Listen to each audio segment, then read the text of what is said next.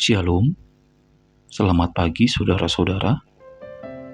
Sebelum kita memulai berbagai aktivitas kita di hari ini, kita akan kembali merenungkan firman Tuhan. Dan sebelum kita merenungkan firman Tuhan, marilah kita berdoa.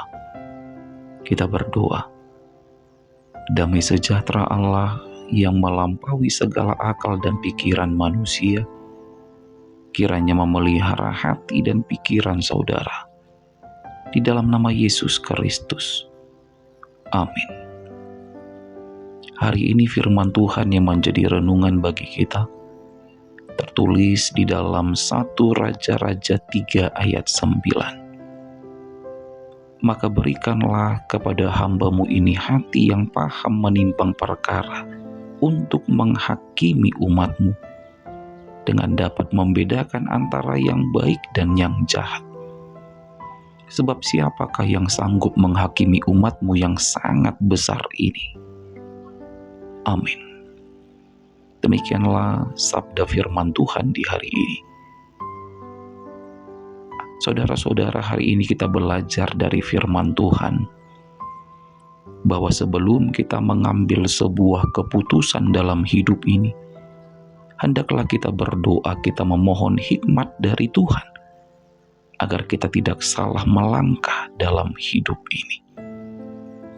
Agar jangan sampai keputusan yang kita ambil menimbulkan masalah dan merugikan hidup kita. Kita berharap yang terbaik, tapi karena kita salah mengambil keputusan, maka akhirnya menimbulkan masalah dalam hidup ini. Ingat saudara, tanpa hikmat dari Tuhan, sekali lagi tanpa hikmat dari Tuhan, maka kita akan mengalami kesulitan untuk mengambil sebuah keputusan yang benar dan tepat.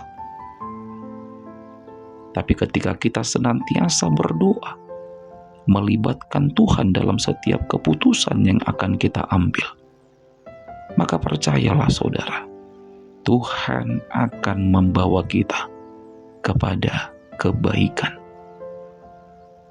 Inilah yang dilakukan oleh Salomo pada saat itu.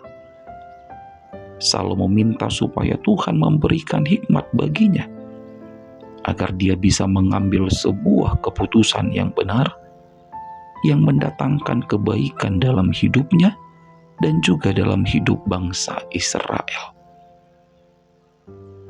Salomo sadar, tanpa campur tangan Tuhan, maka semua akan menjadi sangat sulit. Tapi ketika Tuhan campur tangan, maka semua akan dipermudah.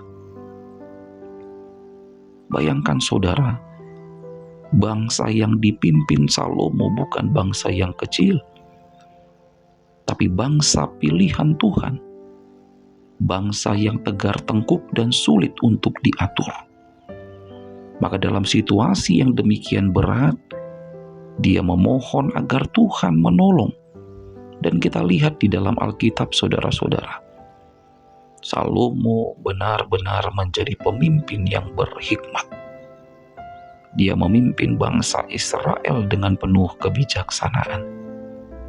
Bahkan Allah menyebut dalam 1 Raja-Raja 3 ayat 12, sebelum engkau tidak ada orang seperti engkau, dan sesudah engkau takkan bangkit seorang pun seperti engkau. Nah saudara-saudara, marilah senantiasa memohon hikmat dari Tuhan dalam hidup ini. Karena tanpa hikmat dari Tuhan, maka kita akan jatuh ke dalam masalah yang besar. Amin. Selamat beraktivitas, tetap semangat menjalani hidup, dan jangan lupa untuk selalu bahagia. Kita berdoa, Bapa di dalam surga, terpujilah Engkau yang senantiasa menuntun dan menggembalakan kehidupan kami. Dan kiranya berkat-Mu memenuhi kehidupan setiap orang yang percaya kepada Engkau. Serta firman-Mu Tuhan menjadi penuntun dalam perjalanan kehidupan kami manusia yang lemah ini. Terima kasih ya Tuhan Yesus, terima kasih. Dalam nama Yesus Kristus kami berdoa. Terimalah berkat dari Tuhan Allah, kasih karunia Tuhan Yesus Kristus, dan kasih setia Allah Bapa, dan persekutuan Roh Kudus kiranya menyertai saudara sekalian. Amin.